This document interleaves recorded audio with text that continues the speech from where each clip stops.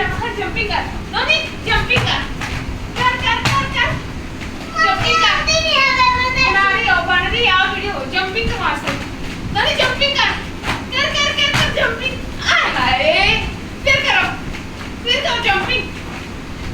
करो करो आय हाय फिर करो जंपिंग नोनी करो करो करो एक बार जंपिंग कर नोनी आय हाय बस कर दो ओ देख लो मम्मी कैंसिल ना कर दे